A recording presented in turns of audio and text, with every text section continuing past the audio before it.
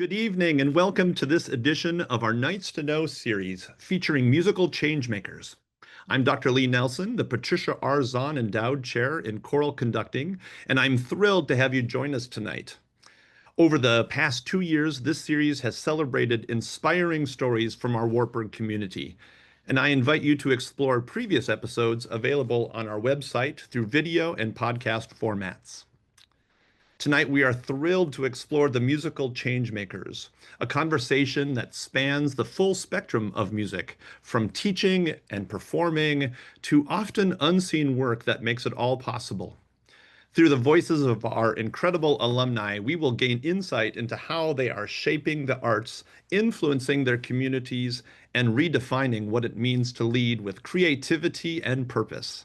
Feel free to drop your questions in the chat throughout the webinar tonight. We'll be keeping an eye on them and we'll do our best to answer as many as we can during the Q&A session toward the end of the program. Now, please welcome President Ertzman, the 18th president of Wartburg College. Thank you, Dr. Nelson, and thank you all for joining us tonight. It's my privilege to welcome our current students, our alumni, and other friends of the college to Nights to Know, this series that explores the amazing work that Wartburg College graduates are doing out in the world. Our theme this year is Visionary Voices, and we have an awesome program for you tonight. First and most importantly, it is my pleasure to introduce my student co-host, Karen West. Karen, will you jump on here and share information about yourself with everyone? Yes, absolutely. I'm so happy to be here. But yes, like she said, my name is Karen West. I am a sophomore here, and I am a music education major with a vocal emphasis. I am a member of the Wartburg Choir, Castle Singers, and our orchestra Commerce Striker.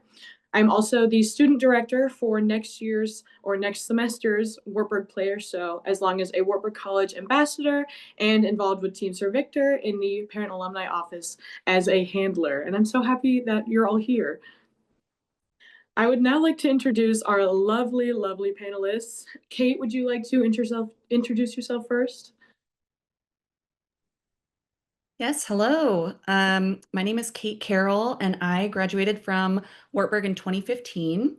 I currently live in Philadelphia with my spouse and our 2 cats. I was an instrumental music major at Wartburg, and since graduating, I've continued to play my clarinet with a few different ensembles and chamber groups. I was also music librarian for the WCCB when I was at Wartburg, and I've gotten to use those skills since as a music librarian for one of the groups that I perform with. I think similarly to other folks on this call, I got to tour internationally with an ensemble while at Wartburg. It was my first time leaving the country when I went to China and Japan with the wind ensemble my sophomore year. And I was at homecoming recently, which was my 10-year graduation reunion, which was hard to believe. And while I was there, I stayed at my parents' while I was back home, and I was going through old programs, music things from high school. And I realized that I'd been on a path to Wartburg for quite some time. Looking through, I realized that I had attended a couple of different Meistersinger honor bands as a high schooler and saw that Dr. Craig Hancock made a couple of appearances along the way and had really been putting me on a path where all my roads led to Wartburg. And I'm really excited to be here tonight and looking forward to the conversation. Thank you so much. All right, Miles, would you like to introduce yourself? Hi, everybody. I'm Miles Finn. I'm currently living in Zagreb, Croatia, where it is 2:04 a.m., but super excited to be here tonight. I, like Kate, am a 2015 graduate from Wartburg. Since then, I have been directing choirs, first at South Hamilton in Jewel, and then I was, for the last 7 years, directing choirs at Indianola High School in Indianola, Iowa. While I was there, I kind of stumbled into some social media fame where I amassed 1.5 million followers through my work with choirs and musicals and things along that line. But I will say that a lot of the stuff that I have done with social media has all come from my work that I did at Wartburg. A lot of the warm-ups and things like that I did are all based on the Wartburg Choir fun songs that I got a chance to sing for 4 years and had a blast with. And most recently, bringing me to Croatia, truthfully, a lot of that had to deal with the fact that my wife and I got a chance to explore the world while we were at Wartburg. My wife got a chance to study abroad while she was a junior and studied in Cork for 6 months. Cork Island, and then I got to go on the Wartburg Choir International Tour in 2014, and we came to bits of Eastern and Western Europe. Got a chance to see lots of wonderful places, and so we were super excited. Yay! Hi, Dr. Nelson. And so we were super excited to get a chance to come back to this part of the world and explore a little bit and give our kids a unique experience. I should also say I have a 2 and 4-year-old that I'm going to try not to wake up during this call, but super excited to be here. On a side note, I should also say, like Kate was saying, her experience with Dr. Hancock. While I was a senior in high school, I think I came to the first Ritter Sing Festival. At that time, it would have been called Real Men Sing. And Dwayne Filgreen, being my high school director, brought our entire bass clef choir at the time. So I got to experience Wartburg for the first time that way, and I think from then on out, I was like, yeah, I have to do this choir thing, and I have to do this choir thing at Wartburg, and I am so happy that I got a chance to do that, and have never looked back since. So thank you for inviting me. I'm super excited to be on this call. That's awesome. Thank you so much. And then Leah, would you like to introduce yourself next? Yeah, hello. My name is Leah Podzemek. I graduated Wartburg in 2012, so I was there at the same time as both Kate and Miles. And I was part of the Wartburg choir. I was soprano section leader for a couple of years, and like Miles, we got to go on international tour, which was always amazing. Yay. Hi, Dr. Wilson. And I was involved in opera workshop and Wartburg players, and I was the piano library and choir librarian for a while, and I was a Meister singer, summer camp counselor, and I did a couple of service trips. But I didn't have like a super in-depth Wartburg experience before getting there. I just went to a picnic that was hosted at Knoll Ridge Park in Cedar Rapids, and that was it for me. I currently live in Cedar Rapids again. I lived in Colorado for about 10 years, and I actively sing and travel a lot for my work. So being somewhere that's actually more affordable and where I'm with my family is really lovely at this point in my life. What a pleasure to meet you all online. I love Dr. Nelson popping in to cheer for people. That's amazing. So please, Dr. Nelson, join us at any time if you have a question. Speaking of questions, everybody look down on the bottom navigation bar of your Zoom. There's a Q&A box, and I'm going to monitor that all night. So any questions you want to put in that box for Kate, for Leah, for Miles, even for Karen as a second-year student, and as Sir Victor's handler, which I have lots of questions about that. But if you have any questions that you'd like to drop in the Q&A, please don't hesitate to do that while we are kind of in progress tonight. So I'm going to start the first question. And Kate, if you would join me for this first question, will you please share with the audience the path you took to your current role and what parts of it have felt most meaningful to you? Definitely.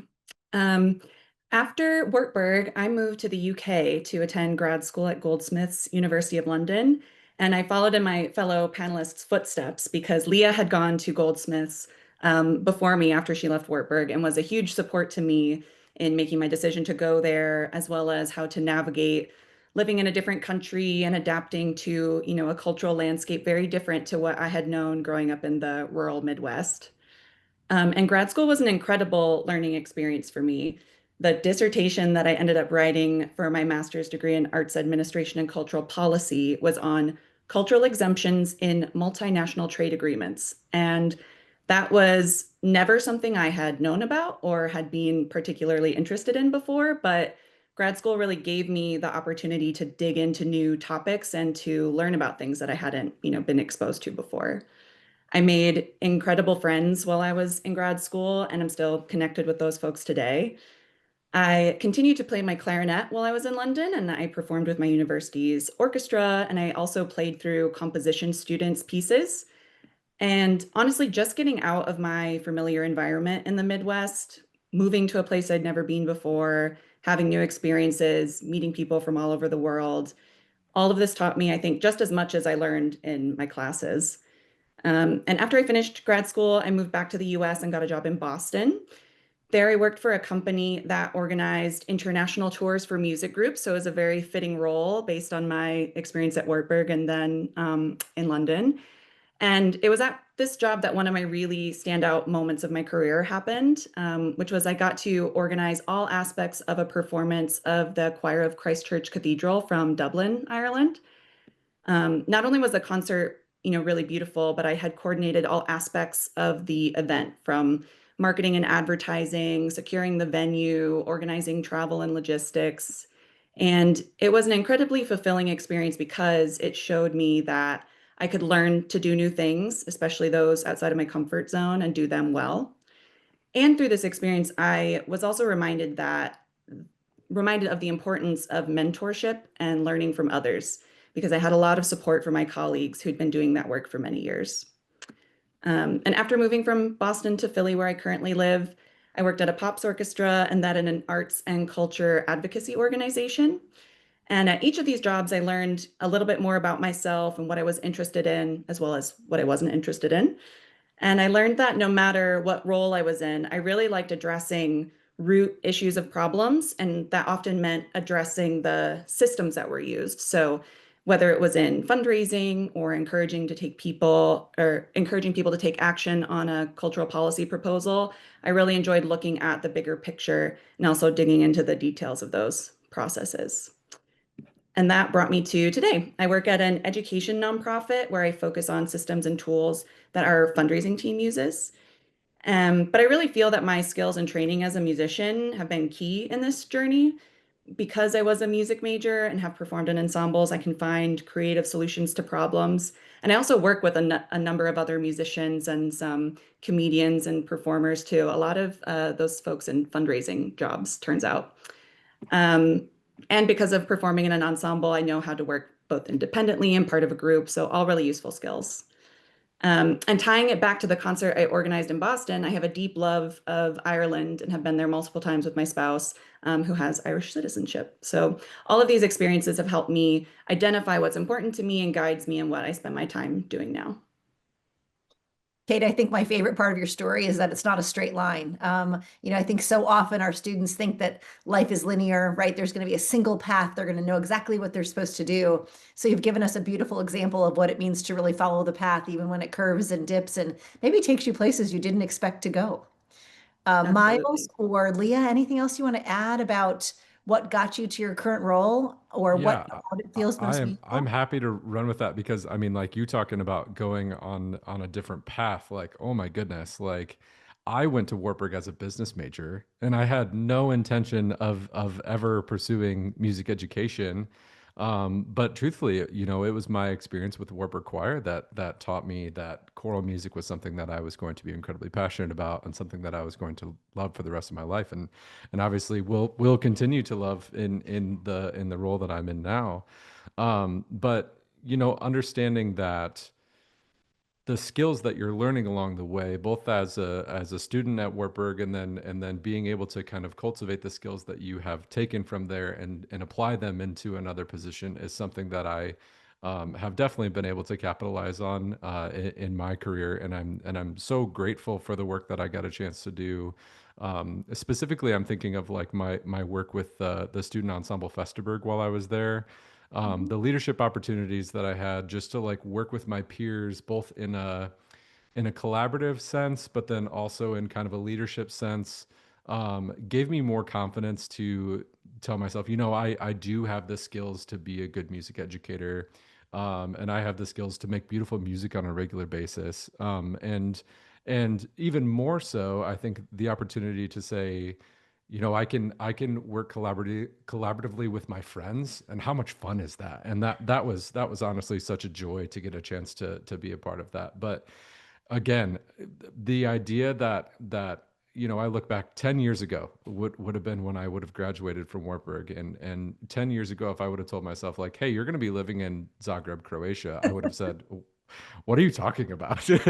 But that's, that's how life works. And I'm so grateful again for the skills that I was given and that I earned while I was at Warburg, because it truthfully was such a catalyst for my professional career.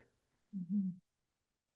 Yeah, and I'll say the same, like kind of tying in with a couple of things that both Miles and Kate have said, this like ability to work collaboratively with your friends that I learned while at Wartburg and in building relationships and how important those relationships and connections can be in so many different ways to helping you find your path. Because I mean, I don't think that I have just one path. I kind of have like dual careers. And I'm really proud of being able to build those things simultaneously. And being at Wartburg really helped me to understand that that was an option because of all of the things I was able to do and all the people I could meet and all the things I could be involved in as well.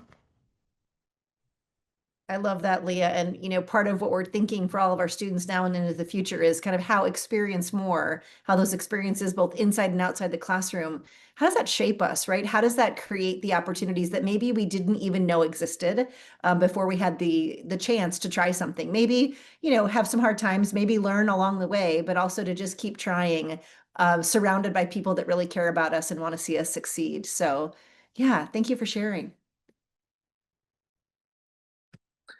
Yeah, I mean, I agree. There, you really do experience more at Warburg College, which is lovely how that's our our motto. Miles, what is a project, performance, or moment that you are most proud of and why? Ooh. So I think the first one that comes to mind is in the fall of 2022. That's when all of this TikTok stuff started happening. I had announced that we were going to be doing the Addams Family musical, and there was a lot of excitement around that. I think the video that I posted ended up getting over like 70 million views or something stupid. But Yeah, along with that, I had kind of like a little side project that ended up happening a couple months after that video was posted, where I was actually in contact with the composer of the Addams Family musical. And unbeknownst to any of my students, we ended up getting a chance for him to come in from New York and come and watch our production of the Addams Family.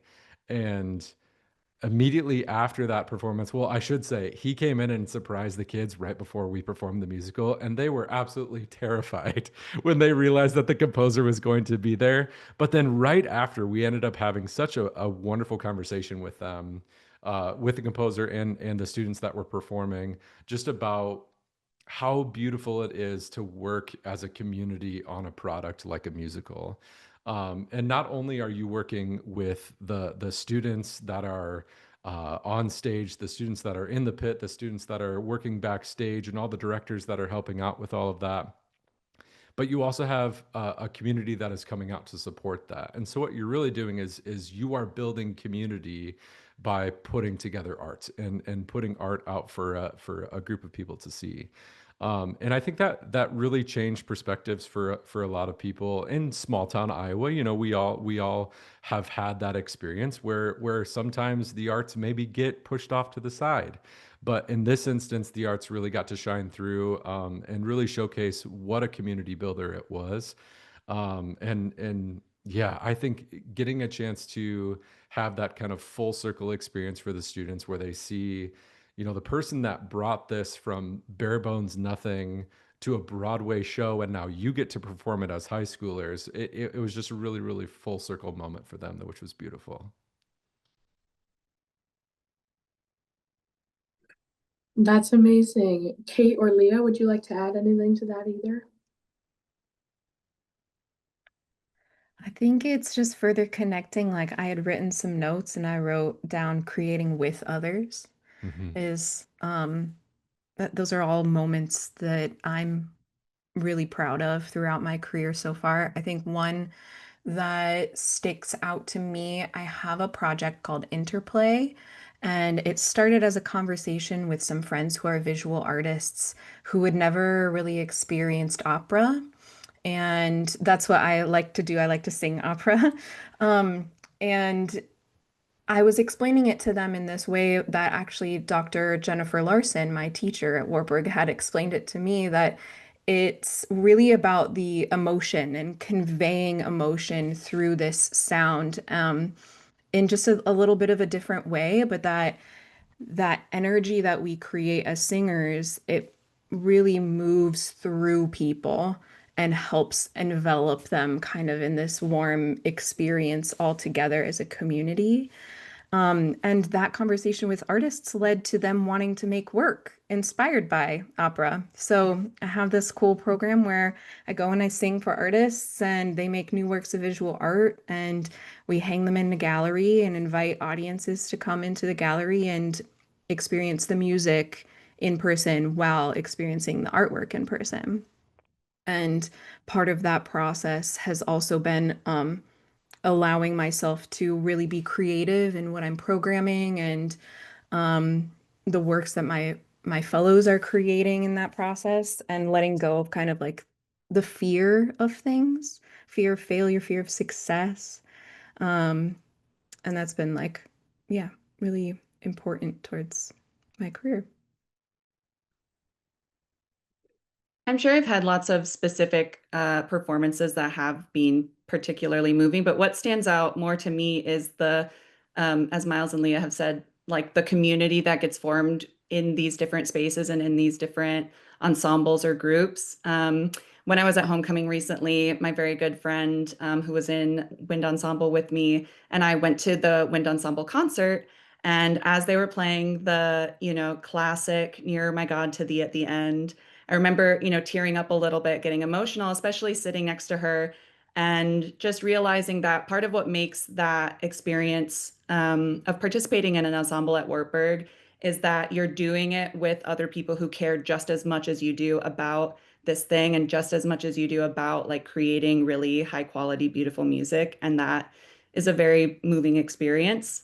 Um, and to say that one of the ensembles that I play with now in Philly is a group called the Philadelphia Freedom Band, and it is an LGBT community band, one of many across the country. There's a whole network of pride bands.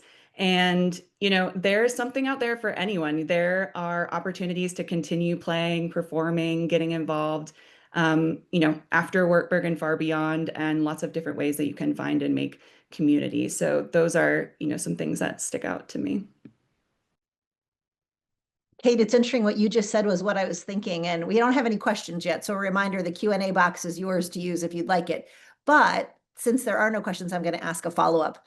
What I have found to be the most powerful moments in the privilege of traveling with our touring ensembles overseas, which has been an incredible privilege of my presidency, but also sitting in spaces like the final Christmas with Warburg concert or the final concert of the year, to see the emotion, to feel the emotion, not only in the eyes and the tears and the embraces of our students, but also in the way that they perform, right? You can feel it. It just feels different when it's the last something for the students.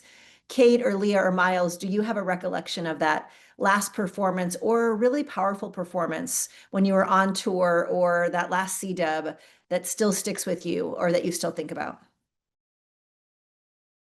I mean, I think the final Wartburg choir performance is always a doozy. Um, the seniors get kind of called out for a moment of it as well.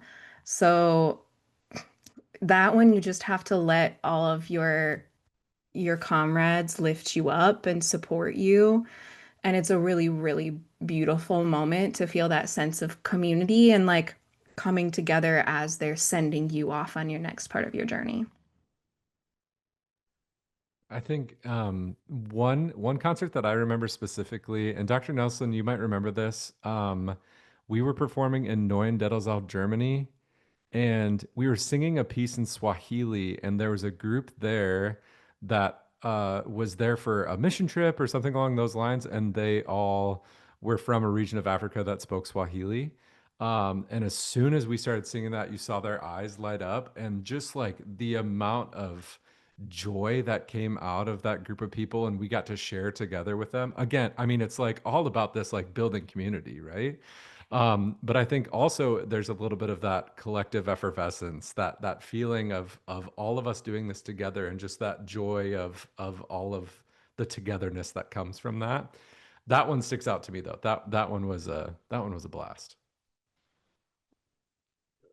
This wasn't from my final performance when I was a senior at Wartburg, but when I was living in London and going to grad school, the wind ensemble went on tour to Europe and made a stop in London. And so I got to hang out with, friends who I had just parted from a few months ago, and like got to experience their excitement while they were on tour. And so it just, kind of reinforced the relationships that I made and have continued on. It's amazing to think about, like, how all these connections and how rich they continue to be. It's just a privilege to be part of that. And Miles, for you to say something about like Wartburg choir students from Iowa singing in Germany in Swahili, like you think about and you think, wow, what an unexpected gift for all of us to be part of this institution. So thank you for sharing all those. Thanks for letting me add a random question to tonight's engagement. So now I'll ask the question that's actually on the list. So Leah, I'm going to ask you to start us off on this one. What is a myth about your field or your profession that you wish people would stop believing?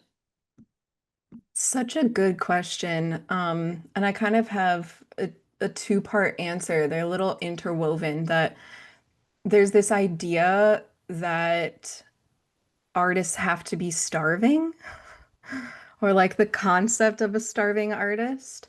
And I really wish people would stop believing in that, because it kind of devalues what we do as artists. And it shows a picture of reality that artists can't make money.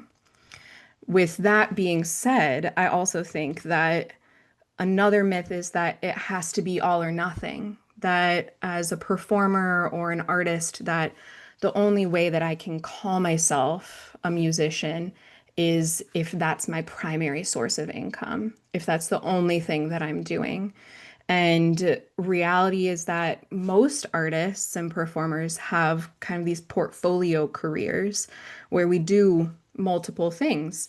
A singer could be a voice teacher as well, or have a job singing in a church. A visual artist could be doing graphic design. There's a lot of other options that help us to create these really robust and supportive careers. That is the reality of what it looks like today. So that's kind of part of why I really value also my master's experience, um, going to the same university that Kate did and getting my master's in arts administration. My path started out like in two things simultaneously, singing and being an administrator. And I really value that because it's allowed me to build a flexible career and lifestyle that I can go and sing when I want to. And I can also have this other work that supports me and is still passionate and contributing to the arts in a way that I really love to do. Amazing. Kate or Miles, any add-ons to the myths that we need to debunk tonight? Well, this is not so much a myth, but it is something that I wish more people knew, or something that we could share in a more effective way with young people, especially, which is that there are so many different pathways, to Leah's point. Like, within arts and culture, when I first came to Wartburg, I started as a music ed major because growing up in my tiny town, the only job I saw for myself in music was to be a music teacher. And not that that isn't a wonderful career path, but it just didn't feel quite right to me. But going on this international tour that I went on with the wind ensemble showed me that, well, there are people like working here running the concert venues that we had to, perform at. And that kind of got the wheels going, that there are definitely other jobs. And, thanks to my mentors at Wartburg, like Dr. Paula Servilla and Dr. Eric Walkman, who showed me there are so many more pathways. And so I want I would love to be able to continue to show young people all of the different options that are available to them. And also to kind of Miles' example that like these options change all the time as technology changes and as the economy and world changes. There are always different ways that you can utilize your skills and talents in creative new ways. I think one myth that I would like to kind of debunk, and it was actually more a myth that I had for myself in a lot of my early years of teaching, was um, that if the music that you're performing is anything less than the canon, is anything less than the greatest hits of Bach, like then it's not worth it. Like that was I always had this feeling in the back of my mind that like if I didn't program these wonderfully rich, harmonious pieces, that I wasn't doing justice to the choral world. And then look 10 years later and I'm like making an arrangement of Mr. Brightside for my choir to sing. Like it choral music is all about bring again, I'm going to keep coming back to like the collective, right? It's bringing a group of people together for a purpose that is greater than themselves, and making music is that vehicle that you get to do that with. And whatever the level that you are making the music at, what's most important is that you're doing it as a group of people, and you get a chance to use your voice and sing and make art together in whatever capacity that is. Obviously, my examples are always going to be vocally, but the ability to make art in any capacity, I think, is so cathartic for anybody going through anything, or anybody that just needs that little sigh of relief. I think we all need a sigh of relief from time and time again, from now and then. But just getting a chance to do it through art, I think, is one of the best outlets that you can use. Miles, can I ask you a follow-up? Please. Tell me, debunk a myth for me, because I think there are a lot of us out there that think A, I can never become a social media influencer, or B, I don't want to, or C, that social media is full of horrible people that are killing the minds of our young humans. And yet you have found a space in social media of beauty and of grace and of music and of excitement. So debunk for us, like, tell us why social media has been incredible for you, or how you figured out how to crack the code. Because I don't, the number you said out loud of like 70 million or something like that sounded a little crazy to me. So I'd love for you to tell us, debunk a myth about social media or being in that space. I'll tell you, the numbers are still crazy to me. Like I'll still just like, there's no way. That's not actually real. Like that many people have not actually seen this bald head before. But anyway, I think social media can be used in such a negative way, like you said. And so when we have people that have an opportunity, I was given such an amazing opportunity, and I hope that I capitalized it in a way that has been positive. And I think that I have, in talking about, the beauty of choral music, the beauty of singing, the beauty of doing something together, in a way that brings people in. And I think that I have made choral music very approachable for a lot of people. Where again, like what I was saying, that sometimes there's like a pretentiousness around it, and that doesn't need to be there at all. You allow people into your space in any way, shape, or form. And I think that was kind of when I realized that I was given this gift of social media, and it truthfully was. It was I had no intention of like, hey, let's get 70 million views on this video. There was no intention of me becoming this viral TikTok star. But what ended up happening was, when I was given that, I used a voice that I was given, to help, bring positivity as much as I could. And I want to be optimistic that there are more people out there like that. And through my doom scrolling, I have seen that there are more people that are using the voice that they've been given in a positive manner. And that is so enlightening to me, and feels so good, and feels like, hey, there is a glimpse of hope in what seems to feel like doom at a lot of points. So yeah, I think there are people that are doing some really, really good things with social media. Obviously, there is a bad side to it too. Um, but you kind of have to seek out the light a little bit. I love that. Thank you. Yeah. Yeah, that's amazing. And I even like that was my senior year when everything kind of blew up for you, Miles. And I remember like I taught my high school choir some of your lovely and amazing renditions of Wartburg Choir's warm ups, which is super awesome. And so it's just the community from the instrumental side and the vocal side, because luckily I get to experience both, is that we need to be together as an ensemble, which is just so awesome. And it really is shown outside where you are right now and also here at Warburg, which I love. I am currently now asking a question to Kate. What is a moment in your journey that completely changed how you like see your work and see your purpose? I started my previous job at the Greater Philadelphia Cultural Alliance right as the COVID-19 pandemic hit. And the Cultural Alliance is an arts and culture advocacy organization in the Philly area. It does work in grant making for artists and cultural orgs. It organizes internships for high schoolers who are interested in creative industries, and it provides continuing education opportunities for connection for folks working in these fields.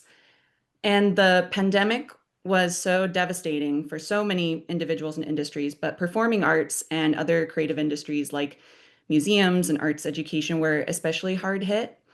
And, as we've been saying this whole time, the creative industries are, for the most part, communal, collaborative experiences. We come together for a concert or at an art gallery or a pottery class. But all of those things were shut down during COVID and were kept closed for a long time. And not only were these cultural institutions struggling because they couldn't welcome visitors, but individual artists, musicians, and other creatives who are largely independent workers or solo contractors really struggled. And when their work during COVID stopped abruptly, their income and ability to care for themselves and their family stopped as well. And there wasn't a safety net or a stable salary for them to fall back on necessarily. And at the same time, while we were all quarantined at home, we really relied on arts and culture, media, movies, and more to keep us entertained and feeling connected. So one of the things I did when I first got to the Cultural Alliance was help to organize and fundraise for a COVID-19 emergency fund for artists to help meet basic needs. And this was incredibly rewarding, and it reinforced for me the fact that arts and culture advocacy isn't just about opposing cuts to the National or local arts council. It's also about advocating for living wages and for social safety nets and for housing security and all sorts of things that affect working artists and people from all walks of life. And this is because I want artists and creative people to be able to afford to do the work they do. I want individuals and families to be able to go to a show or museum or take a class, but they can't do that if they're struggling. And so ultimately, I think that this experience solidified for me that no matter what job I have, or if I'm an active musician myself or not, my enjoyment of and passion for the arts is a part of my everyday life. And it's important for me to be involved in causes that may not seem directly related, but ultimately benefit this aspect of creative life that I care very much about. That made me think of the town in Ireland that just like, didn't they do a year of experimentation where they gave artists a basic income of $1,500 a month? And these artists turned that into so much more money in the economy. So now I Mhm. think Ireland is going to institute it like permanently. Just shows how investing in creatives can benefit all of us. So, side note. I picked up a book while I was in Ireland this past summer called What Ireland Can Teach the World About Music, by a local music writer, and I highly recommend it. Some great lessons in there, but he talks about a lot of these issues.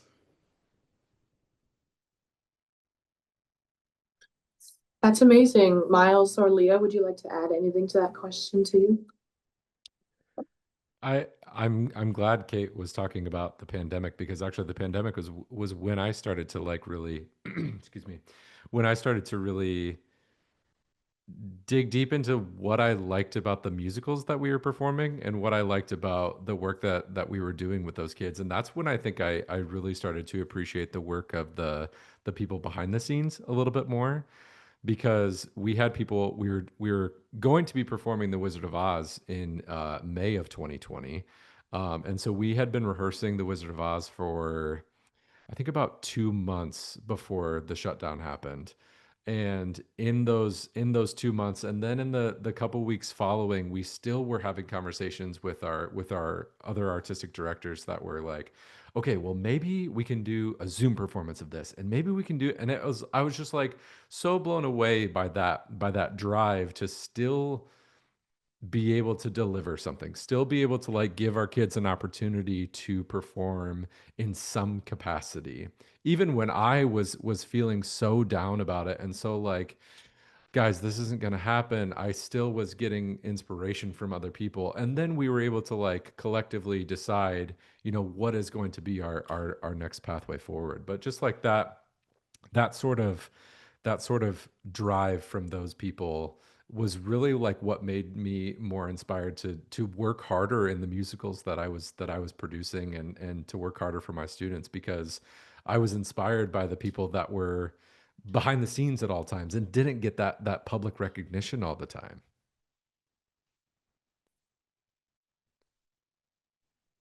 I think kind of along those lines of pandemic lessons. Um, it was so challenging to have different performances lined up and then to have them all just be completely canceled, right? Um, but it also made me question like what exactly about all of this is making me continue to pursue it?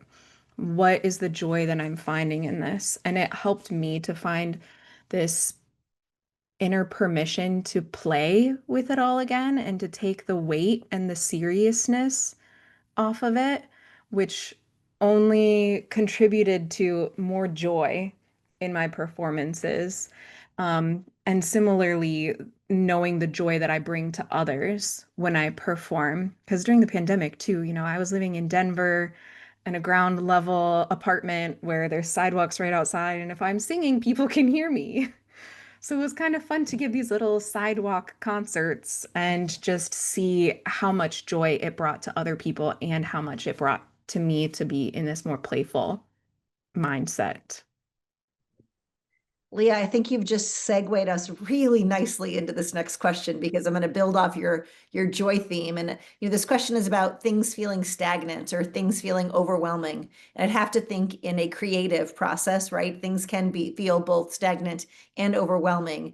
So what do you do? Where do you find the joy to stay creatively or professionally inspired in those moments? And Miles, you get the first crack at this one. So, complete honesty, I always turn back to recordings of the Wartburg Choir. And I always just there's something so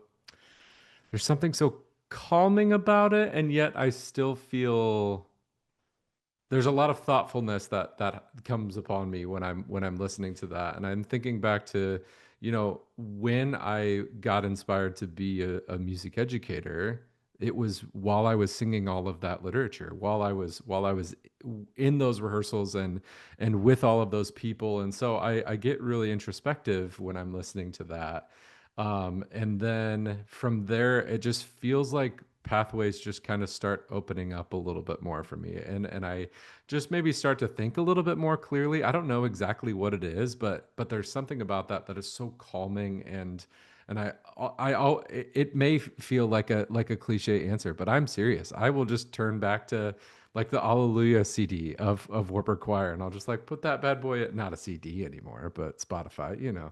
But I mean, I'm always listening to one of those albums, and it brings me a sense of calm that helps me in those moments where I'm maybe just like, what am I doing? Like I'm beating my head against a wall because I keep trying to do the same thing over and over and over again, and it's not getting me the result that I want, right? So I have to approach it a different way. what would Dr. Nelson do? No, but you know, like coming up with different and new and innovative ways to do that, I think has to come from a place of calm and a place of allowing yourself to be vulnerable for a second and say like, okay, why isn't this working? Is it something that I'm doing, or is it something else? And what can I control in this moment? And that sense of calmness always like helps me guide into whatever my next decision is going to be. Leah or Kate, how you find inspiration in those tough moments? I think jumping off like vulnerability, part of what helps me to get into that space, because I completely agree with you, Miles, that is like understanding what I can control and what I can't helps me to be more creatively inspired. But gratitude helps me get into that space, just practicing gratitude for all of the different things in my life. The fact that I was given this gift that I get to share. I have the opportunity and the pleasure of sharing with people, to bring it back to community because it's not just about me, it's about the experience that we get to create with each other. And understanding that everything ebbs and flows, and that if something isn't happening right now, that I can listen to things, I can read, I can go see good art, and that will feed me and help me keep sustained to the next creative thing that's happening, like actual project. Like right now, I don't have any concerts until March. So, what am I doing to keep fulfilled? Listening to things, podcasts, my favorite singers, reading, all of that. On the creative side, Leah mentioned earlier this cool sounding interdisciplinary project of like visual artists being inspired by music and maybe vice versa. And though it's not an art form that I am at all good at or have studied, I really love visual art and specifically like contemporary visual art. And I live in a place now where there are so many incredible museums and galleries and things to go to. So I really love to go to a space and see visual art and read about what artists are, thinking about when they're making that. Um, and on a professional side, there, it's I think it's very easy to get down on yourself, especially when you compare yourselves to others, which we all know is the thief of joy. But I have a poem that I have hanging up in my kitchen in my house that was hanging on my grandma's wall. And it's called What is Success? And I think it's attributed to Ralph Waldo Emerson, but it if we have enough time, I'll read just a bit of it. But it's what is success? To laugh often and much, to win the respect of intelligent people and the affection of children, to earn the appreciation of honest critics and endure the betrayal of false friends, to appreciate beauty, to find the best in others, to leave the world a bit better, whether by a healthy child, a garden patch, or a redeemed social condition, to know even one life has breathed easier because you have lived. This is to have succeeded. And when I'm feeling, less than excellent, that's a good reminder for me. It's beautiful, Kate. Thank you for sharing that. Karen, I'm passing the mic to you. Yes, that's absolutely amazing. Luckily, I am similar to Miles, and I go and listen to the 2023 Christmas with Wartburg because I went to Music Visit Day, and that's actually what made me want to come here. And I just remember that I want to be that, like I want to be the performers of Christmas with Wartburg for like high schoolers, just like I was. So that's really moving, just how each of you like prepare yourselves just for the life of being anything involving music. Leah, you get the first crack at this one. Who is someone who believed in you at Wartburg or elsewhere before you believed in yourself? Yeah, I think it's there are two people who come to mind. When I came to Wartburg, I wanted to try double majoring in music therapy and voice, and quickly realized how difficult that was going to be. Just class schedule and everything. And so I went into music therapy for a while, but then sophomore year, I was in my first opera and I really, really loved it. And so I switched majors to voice performance, and Jennifer Larson was there for me every step of that way. And she gave me so much confidence in my ability as a singer and really fostered this desire to dig deeper into that art form, the words, the expression, the technique, all of it going hand in hand, and the connections that I was able to make with all of my fellows during those performances. Um, she gave me like all this music that pushed me at that time, but that I still use today, which I think really shows that she could see and hear who I was and what the possibility was for me, and was giving me all this useful advice and support. And then similarly, um, Paula Cervilla, because they were kind of my dual advisors. And Paula, I think, really just helped me to think outside of the box, to question things, to think critically, to be curious and live my life with curiosity, which is already a natural trait of mine. She just encouraged it so much more and really believed in me pursuing all of these wild ideas that I had and digging into my creativity.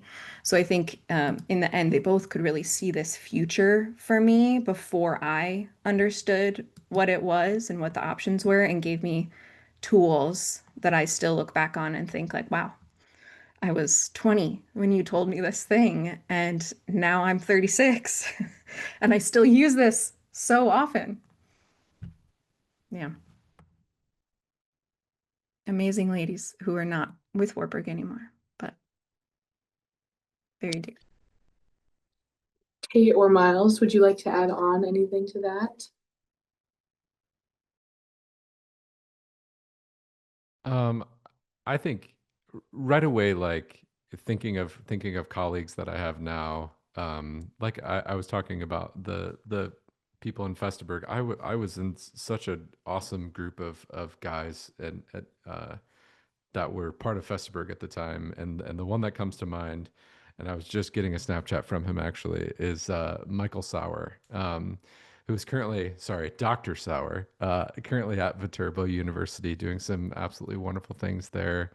And the conversations that we would have just talking about choral music and at such a deep level, um, he kind of helped me realize my love for choral music a little bit deeper, in more of a collegial sense, in a way that, we were talking about it like, oh, this one feels good to listen to. This one is so fun. Or, like we were just like, we got to be choral music nerds together. And I think that anybody that is in the choral music profession has had somebody like that, that they have gotten to bond over in such a kind of fun and like fraternal way, which is fun to have.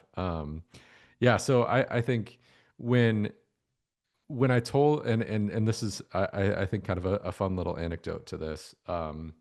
When I told Michael that I was getting out of choral music and coming and teaching drama, his first question was, "Why?" And it made me really question. I'm like, oh no, like what am I doing? And then we had a great conversation about it. But he just reiterated to me, those conversations that we used to have, and the love of choral music that I had. And so I had to reassure him, no, choral music is not gone from my life. I'm calling this a sabbatical from choral music right now, which has been a good thing. I will also say I'm still doing choral music. I've got a staff choir, and I'm gonna lead a community choir in a little bit. So, we still have choral music things that are happening, but a little sabbatical is great. But yeah, Michael Sauer has definitely been one of those people that has always believed in me in such a fun way, and to have that from a colleague is such a blessing.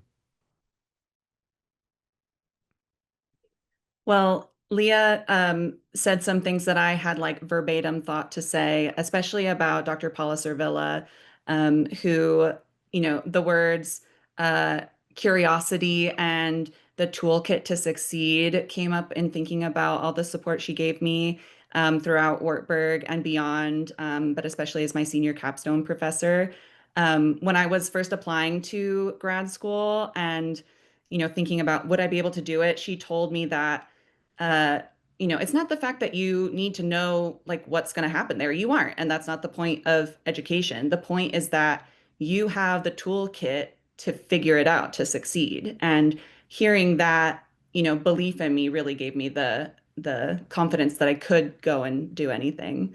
Um, that and my clarinet professor, Dr. Eric Walkman, was such a guide for me as I went through my career and beyond. And I'll throw in an extra. Cassie Hales was I think, staff advisor to Alliance, the student LGBT organization that I was part of. And though it wasn't, part of my musical experience at Wartburg, it was a very key part of who I was then and now. And um, it just shows you that you never know who you'll bump into at Wartburg or who will be kind of those key influencers for you. But it really is so beneficial to have folks believe in you and to push you and believe in you. Awesome. All right, we're going to do a speed round, and I've got 2 questions. So the first one, I'm going to try to smush these together a little bit. What advice you're going to give your younger self about your career, about the personal and or mental struggles of succeeding and or work-life balance? So choose one of those 3. This is the first question. And Kate, I'm going to ask you to start, but what advice would you give your younger self about any of those things? If I could give my younger self advice, I would say it is more than okay to change directions. As we've talked about, your path is going to be all sorts of zigging and zagging all over the place. And in fact, it's probably a really good idea to, at different points in your life, take stock of, is this really what is serving me best right now? Is this, what are my values, and are the things that I'm doing living up to those? And that, you're no less than if you're doing something other than, as Leah said, like being a full-time artist or being a full-time whatever, your worth is not tied to your job, which as a millennial especially is something I have to remind myself about. Similarly, I would say tell my younger self that success doesn't look one single way, that you define success and it can look however you want it to look. And then I would also take a quote from this really amazing vocal program that I did that no longer runs called Opera Works. And we had a photo on the door of improv rooms where we did musical improv together. And it had a bear on it and it said, "Don't feed the fears," because you can't really allow creativity and play if you're leading with fear. Mine would be, I think it was a quote that Dr. Nelson would say regularly, which was, "Listen louder than you sing." Is that something that you say? Yeah. So there were times, and to take that a little bit further, like there were times that I would not listen as much as I should have to the people around me, or to the things that were being taught, and I wish that I would have just listened a little bit more. Both in like a, hey, you need to do your schoolwork, but also like there are some wonderful messages from wonderful people around you that are these moments are fleeting, so like getting the chance to just like listen to the stories of the people around you, I think could have helped that younger Miles learn a little bit faster. And I think that would have been great for him. I'm going to acknowledge that we're not going to get to all these great questions. There's a deep one from Jim Loveridge that we are just not going to have enough minutes to get to, but one more speed round. The song that affects you, sticks with you, the song, and it doesn't have to be from Wartburg, although I have to tell you, every time Give Me Jesus starts on Waterworks, every single time, no matter where we are. And so what's the song that particularly affects or sticks with you, that when you play it has incredible meaning in your life?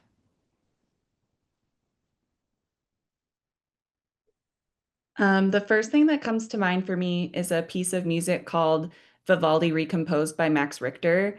Max Richter is a composer who does a lot of stuff for like TV and music, but he took the Four Seasons and did a different take on it. And that piece of music is what when I was in grad school, I did an internship at a dance company, which is something I'd never done before. And the dance company that I worked with there did a performance to this piece, and it's deep in me. Mine is a four-piece choral movement, four-piece or four-movement choral piece. Dr. Nelson, any ideas?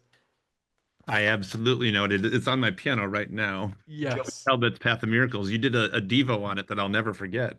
It's one of my all-time favorite pieces, and the whole concept is about the journey. The whole concept is about the Camino de Santiago and people that are going on this long walk and learning about themselves. And aren't we all always going on this long walk of spirituality, of figuring out who we are in our own being? And yeah, I always get incredibly reflective when listening to that. And there's also movements that just like instantly will bring me to tears or bring me joy, and it's always incredibly moving. Job, yeah, listen to that. Path of Miracles, Joby Talbot. The album's Purple. You can find it on Spotify. It's great. Um, Gosh, this is such a hard question. I have wildly diverse taste in music. Um, But I think what I've been listening to most often and what is really giving me the feels is a song cycle by Jake Heggie that I'm working on. And it's called Natural Selection. And I think it's 5 songs and it goes throughout life. And there's just one, the last one is very beautiful. It's called Joy Alone, and it's basically the joy that you can feel standing alone in the woods. And I love nature, so it just makes me feel very mm, seen, I guess. Karen, we're going to let Dr. Nelson finish this, but do you have a song or a piece of music? I do, yes, numerous, of course, just because I get the luxury of being in 3 wonderful ensembles. But right now in Commerce Striker, we are playing Snow Falling in Autumn from Chris Pilsner. And we played it at the homecoming concert. We're going to play some of it for Christmas with Wartburg. It really just hits so hard in the heart. And then, of course, you're like usual, like give me Jesus. We're doing Run right now in Wartburg Choir and Castle Singers for Christmas with Wartburg as well, called Give Me Your Stars. There's just so many pieces that like stick out and just like pull at my heartstrings, which I love. But yeah, that's the current. Karen, thank you for co-hosting with me tonight. We're going to let Dr. Nelson take us home and hopefully share a piece of music that he loves. I know there are so many, but Dr. Nelson, grateful for your leadership. Thanks for being here with us tonight, and I'm going to ask you to take us home. Thank you for the music that speaks so deep to my heart is, well, Miles brought it up earlier, Bach, of course. We're working on Sing It, Dame Herren, which is one of my all-time favorite works ever written. But we're also doing something called the Frank Martin Mass for Double Choir right now, which has been a bucket list piece for me. And we have the people in the room who can do it. And so I'm obsessed with it right now. I've just listened to it, studying it all the time. So those are my current pieces. Thank you all so much. Was an amazing conversation. And I just need you all to know how proud we are of you, of each one of you. I have stories that I could tell of all of you. You represent the very best of what Wartburg stands for. You represent our mission. You are truly servant leaders and the way you live your life. So just know that we are here cheering you on, and you're inspiring people who are current students and students who are going to be coming here too, hoping to be just like all of you. So thank you. I'm supposed to say this. I would like to express our gratitude to Kate, Kate Carroll, and to Miles Finn and Leah Podzimic for joining us as panelists, and of course to you, Karen, as our student representative in providing your student perspective. Please join us on Wednesday, December 3rd, for our next Nights to Know event that's focused on voices in film and advertising. So, on behalf of President Ertzman and the Nights to Know Planning Committee, thank you for joining us tonight, and have a wonderful evening.